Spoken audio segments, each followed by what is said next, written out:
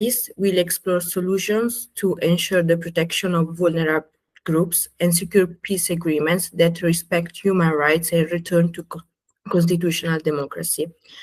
This summit consists of two panel discussions, each followed by a Q&A session where panelists will address questions from the audience.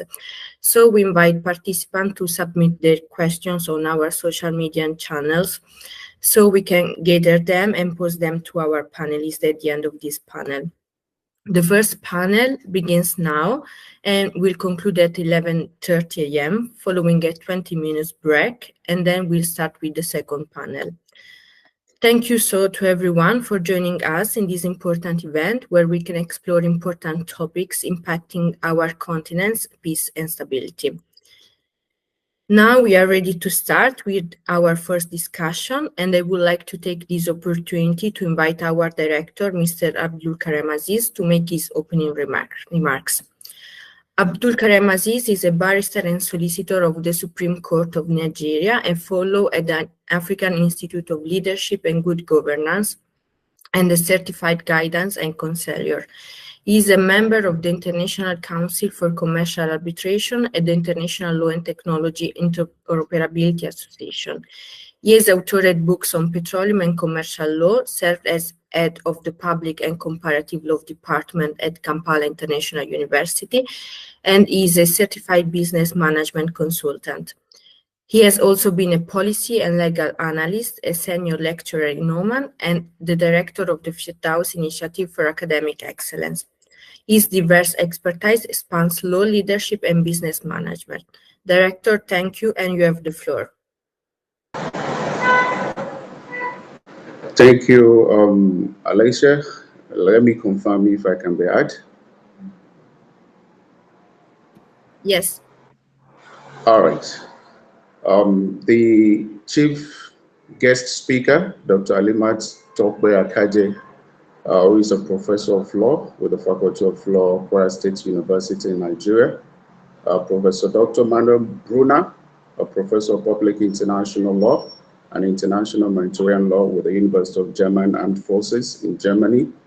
Kausar Lanani, a policy officer with the European Center for Development Policy Management. Mr. David Otto, an international terrorism consultant and current researcher with Step In, Step Out UK Limited.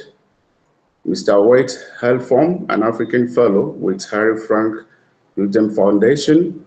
Dr. A.J. Sulaiman, professor of law from the Faculty of Law, Ahmadu Bello University, Zaria, Nigeria. Mr. Bafemi Richard Jegede, an humanitarian and visionary leader with the Women Reform Organization. Dr. Muhammad Tukur Jibril, professor of law from the Faculty of Law, Ahmadu Bello University, Zaria, Nigeria. Distinguished scholars, seniors, judges, coaches, participants, ladies and gentlemen, good morning from West Africa. You are officially welcome to the 5th edition of African Youth Peace Summit. But before going to the summit proper, let me introduce our organization to you. Firdaus Initiative for Academic Excellence is a non-for-profit organization with mandates to promoting academic excellence, leadership, and good governance. We advocate against social vices such as domestic violence, rape, and sexual harassment. We provide training and seminars on conflict management and resolution. We embark on humanitarian services, charity, and we provide empowerment support to the needy, especially African youths and victims of domestic abuse. We have branches in Nigeria, in Uganda, in Kenya, Rwanda, Tanzania, Ethiopia, Zambia, and South Sudan. Now back to the summit. At a time when the world is experiencing a series of conflict and crises, from Israel-Iran, Israel-Palestine, Yemen, Afghanistan, Syria, Mexico, to the ongoing Russia-Ukraine war, Africa as a continent is not spared from similar circumstances. Africa is witnessing a troubling resurgence of unconstitutional changes of government, a development that directly undermines the democratic principles, respect for Human Rights and the Rule of Law and Good Governance. According to the African Peer Review Mechanisms, in the African Governance Reports 2023, it was revealed that from 2003 to 2022, there were 18 successful unconstitutional change of governments on the continent of Africa. And the recent being Niger, Gabon, Mali, Sudan, Guinea, Burkina Faso, and the West. In all of this, where the military takeover comes with a bit of violence, innocent civilians, including women and children, are always the victims. Properties worth millions of dollars will be lost. Hostile environments not conducive for investment will be created. Hatred will be promoted, and brotherhood will be lost.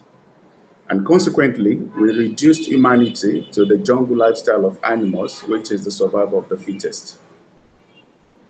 Whereas the traditional African justice system presupposes a society where love strives, a society where bloodshedding is a taboo, a society where intermarriage is encouraged and promoted, a society where being one brother's keeper is preached, and a society full of fear of God.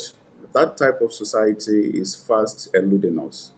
We're now witnessing a society where we trade our natural resources for weapons to fight ourselves, a society where leaders steal from our collective national treasury for their immediate families, a society full of presupposed religious people without fear of God, a society where provision of social amenities such as drinkable water and affordable electricity is a no-go area, a society where differences of opinion and ideologies are now settled by killings rather than intellectual engagement.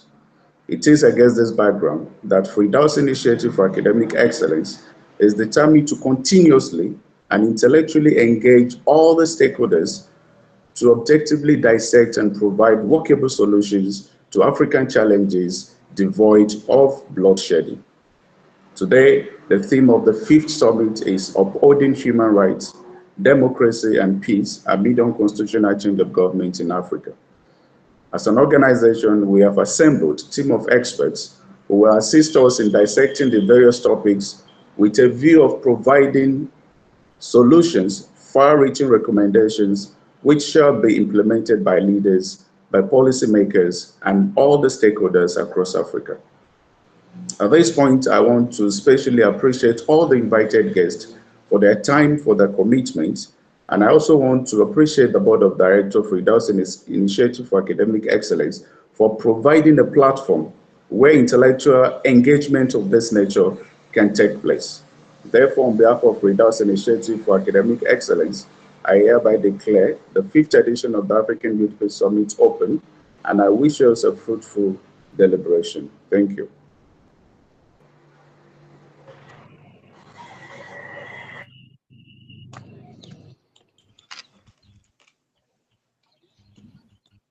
Thank you, Mr. Abdul Karim, for your words and for opening the summit.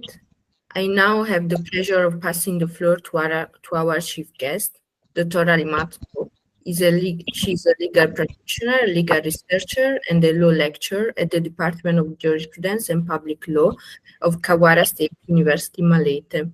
Her research interests are environmental law, human rights law, public health law, gender issue studies. You have the floor. Thank you. Good morning, all. Good morning. Thank you for having me. And I also thank the convener of this summit, Fridaus Initiative for Academic Excellence. I'm Dr. Halima Akaje from Kwara State University, Malete in Nigeria. I've been assigned to talk on the theme of this summit, which is upholding human rights, democracy, and peace amid unconstitutional change of government in Africa. Yes, just like you know, unconstitutional change of our government in Africa is a continuous problem in Africa. Almost all African nations have at one time or the other witnessed unconstitutional change of government. And it seems the problem has not it seems there are no solutions to this problem, because as at Sunday, I mean 19th of May of this particular month, an attempted coup d'etat took place in the Democratic Republic of Congo. And that brings to the fore that, okay, what is happening?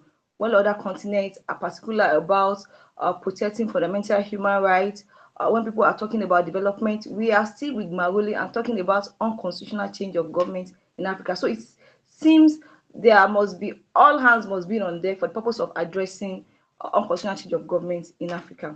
By the way, what is unconstitutional change of government? Just as you know that unconstitutional change of government is the coming into power of a government through illegal, forceful, or unlawful means. You know, when the government comes into power and throw itself without following the constitutional provisions or following the rule of law.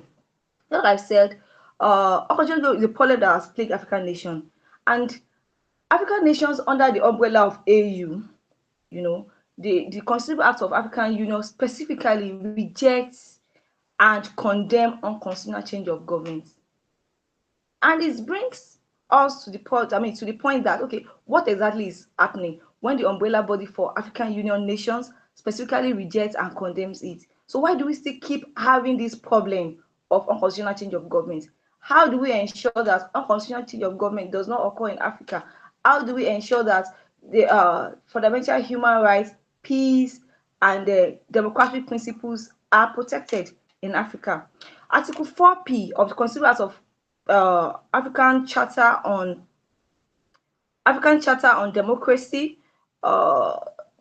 elections, and good governance specifically made provision for the condemnation and rejection of unconstitutional change of government.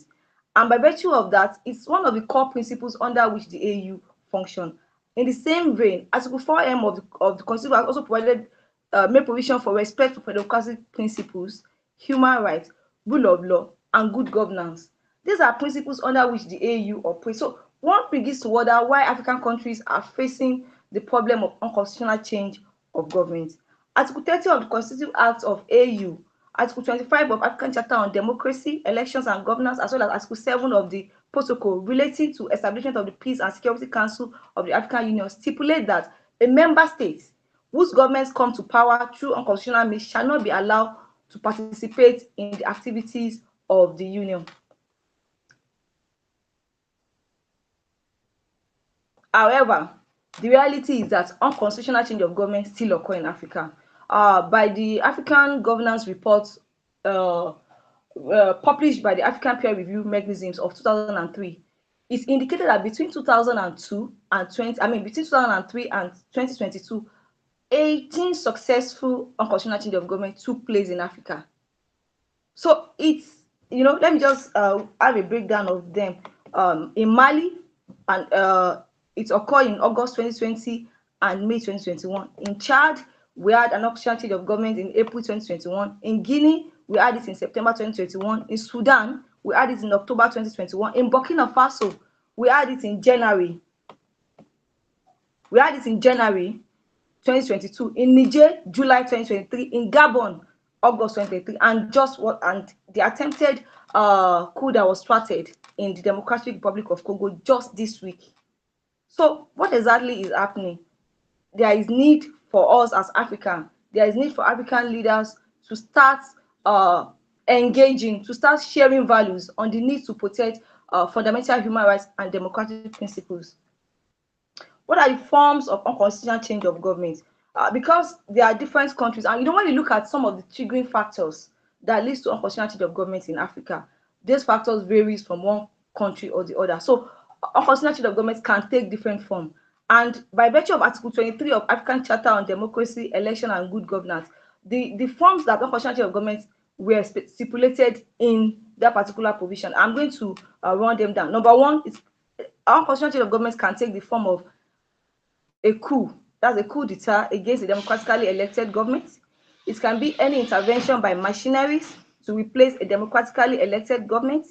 It could take the form of replacement of a democratically elected government by armed dissidents or rebels. It could also take the form of a refusal by an incumbent government to relinquish power to the winning party or candidate after free, fair, and regular election. or it could also take the form of any amendment or revision of the constitution or legal instrument, which is an infringement on the principles of democratic change of government. So unconstitutional change of government can take any of these forms.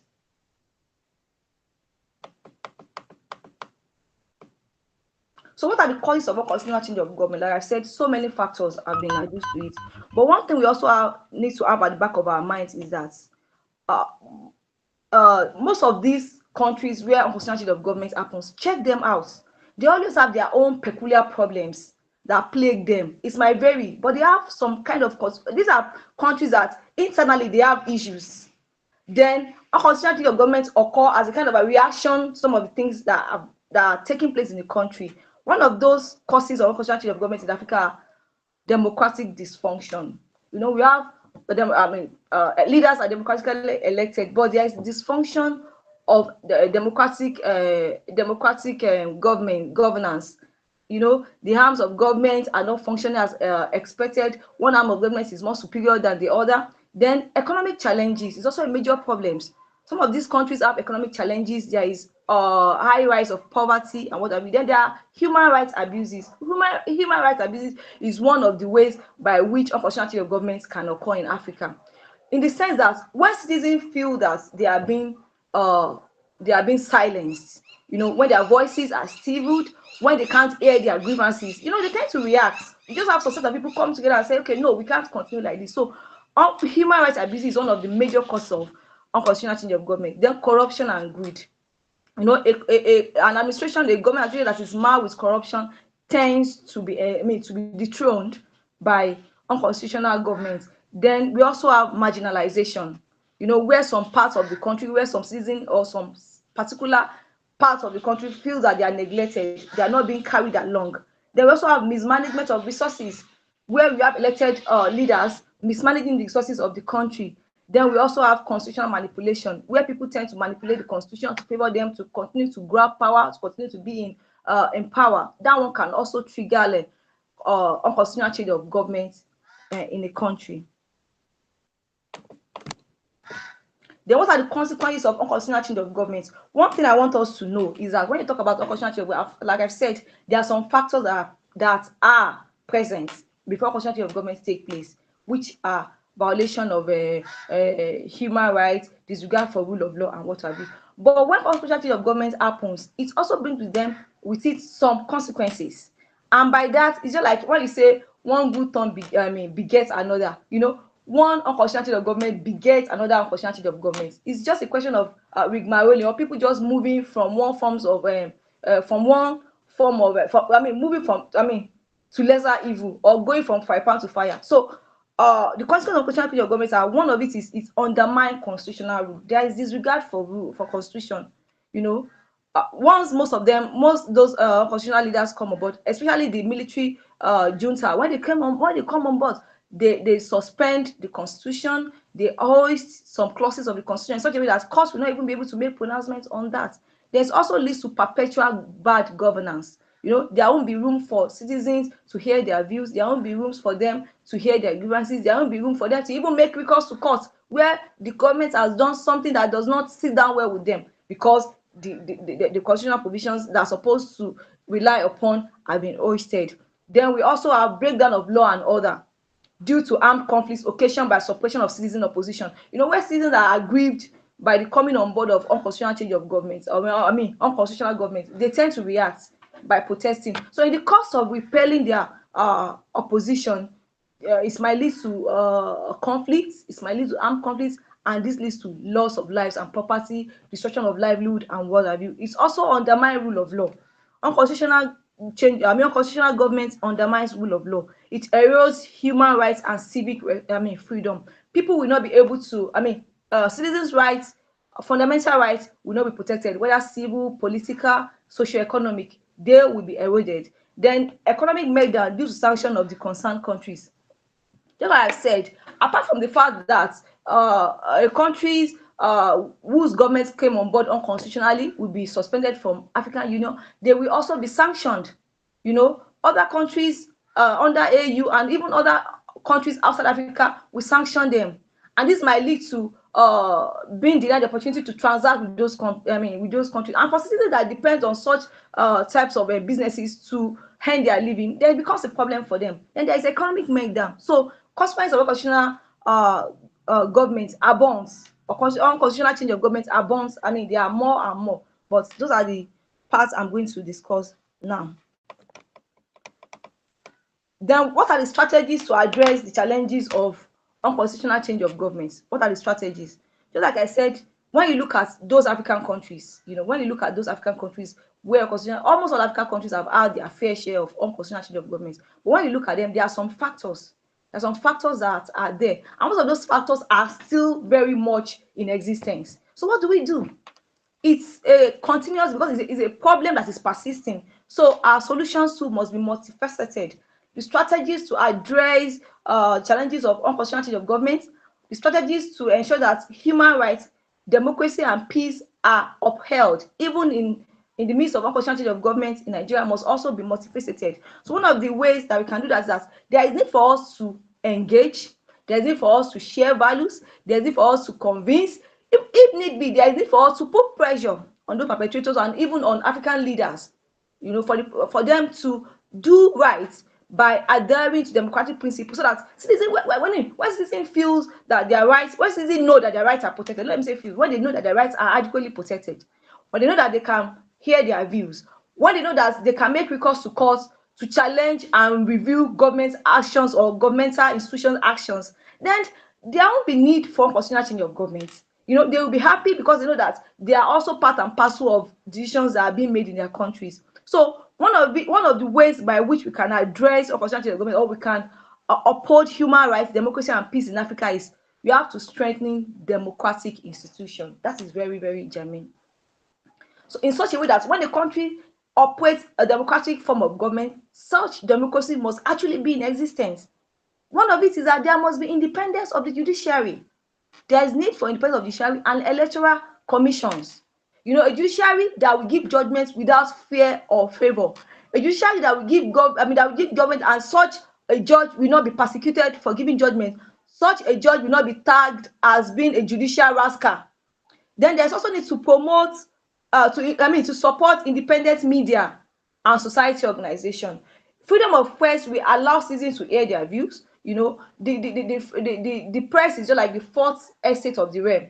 They tend to put government on their toes. Then civil society organizations too, they also come into play when you're talking about civil society. When you're talking about democracy, because they are like pressure groups. They assist citizens to insist actions, to pressure government. You understand? So they also have prominent roles to play. Then there must be strict adherence to separation of powers.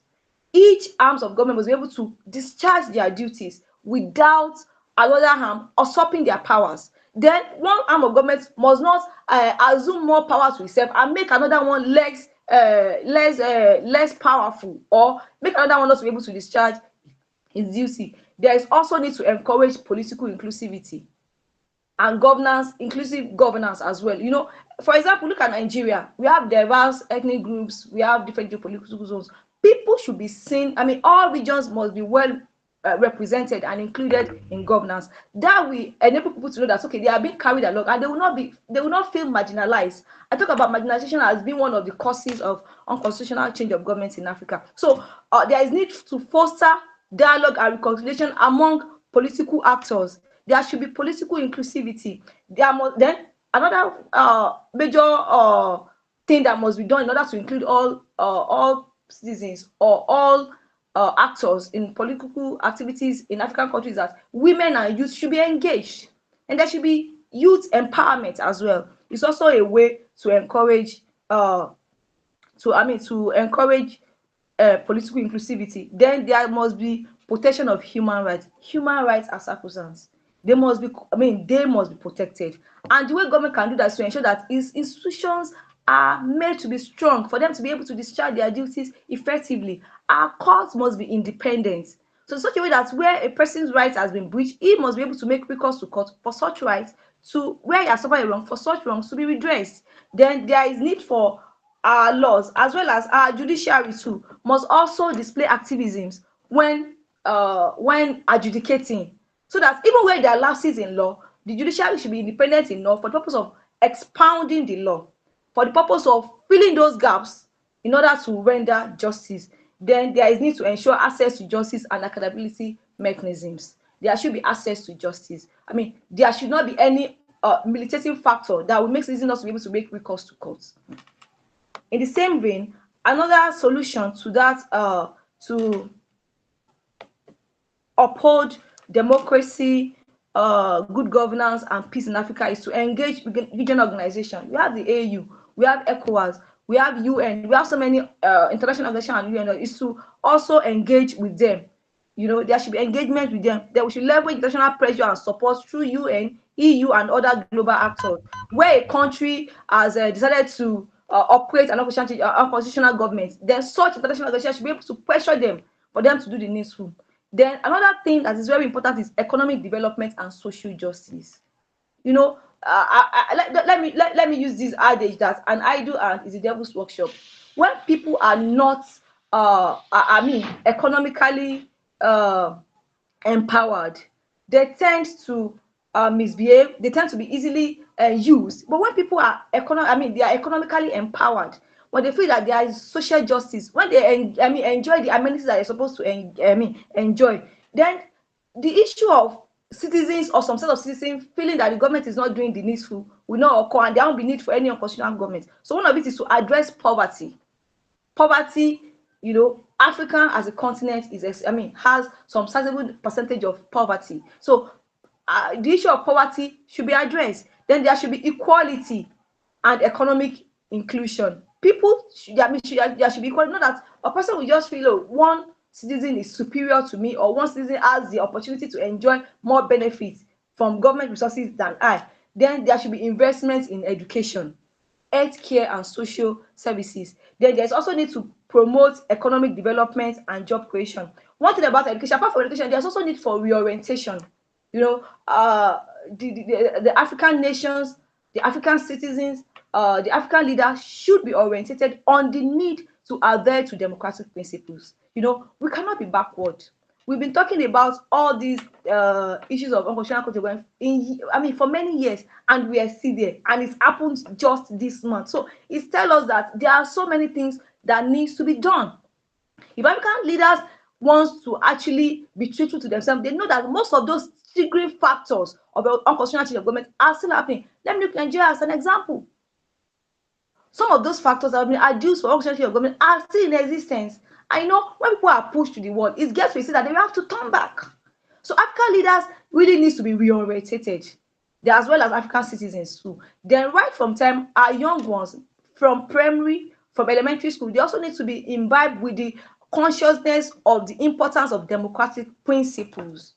Like, it is just the best way so that people, democracy encourages citizen inclusion in governance, so that every part of the country will be represented, and people will be able to air their views, they will be able to state their grievances, they will be able to make recourse to court, they will be able to hold government accountable. So that is why we have to encourage democratic principle by promoting education and reorientation.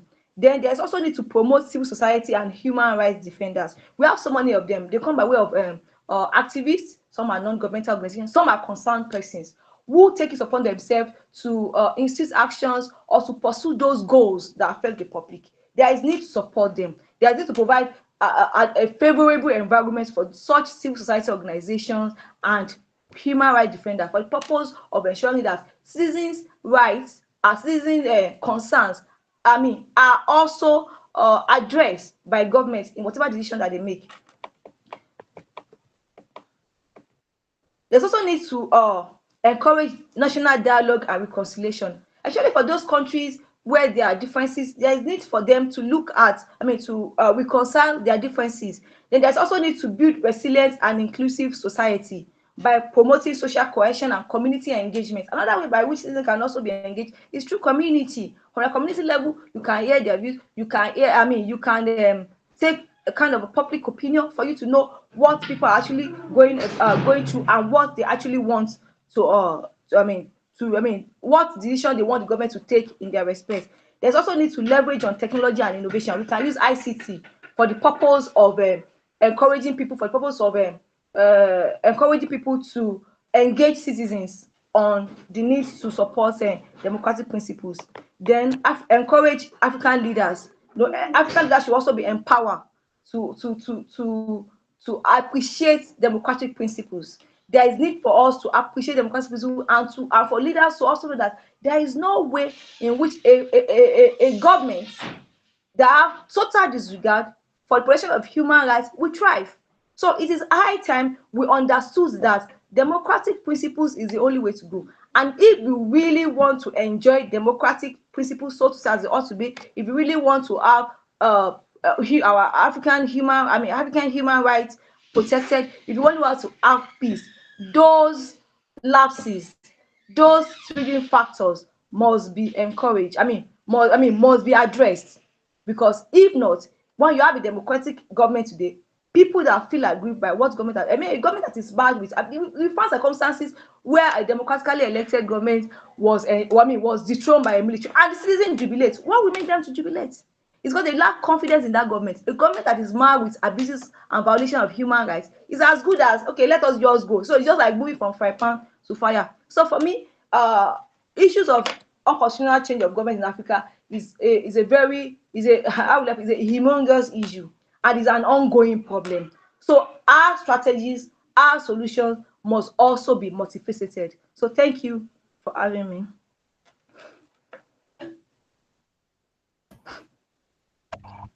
Thank you, Dr. Alimat Topakajer, for being with us, your words and your availability. Before to go into the discussion, I would like to ask if someone of our invited guest panelists is here with another name, because at the moment I can only recognize a wet halfon. So please, you, if you are here with another name.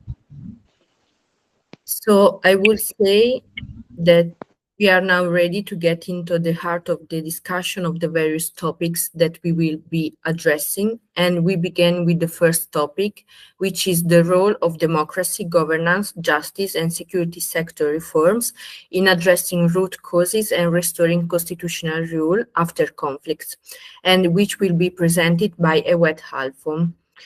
Awet Alfom is a PhD candidate at the Institute for Peace and Security Studies, Addis Ababa University, Ethiopia. He is an African Fellow at the Harry Frank Gann Foundation, New York, and the former Southern Voice Network for Peace Building Scholar at the Wilson Center Africa Program in Washington, D.C.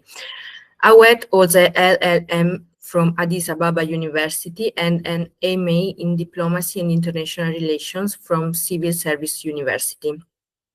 He works as a conflict analyst consultant for a UK-based organization in Ethiopia and has over 7 years of experience teaching law in Ethiopian Public University. He has published research and policy briefs on legal and peace and conflict issues, and his career focuses on researching conflict, peace, and peace building in Africa to influence policy formulation. Mr. Ewet, thank you, and you have the floor.